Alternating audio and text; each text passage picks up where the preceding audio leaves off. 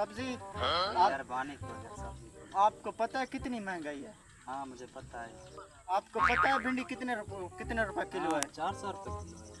आपको पता जो है फिर तो मुंह उठा के चले आए हो इधर। सुबह बाजार से। चल आज भी बाजार से चल ले चल मेहरबानी चल, इतनी करो। महंगाई आपको कह रहा हूँ चल। हाँ सब्जी नहीं देती ना, हाँ लाख दिलाना। अस्सलाम वालेकुम चाचू।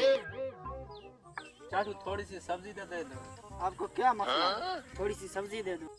ये क्या है? मांगने वाला रिवायती झोला है, हम इसी में जाकर मांगते हैं। अच्छा आपको पता है कितनी महंगाई है? आपको पता है कितनी महंगाई है? नहीं नहीं आप बाजार नहीं जाते? नहीं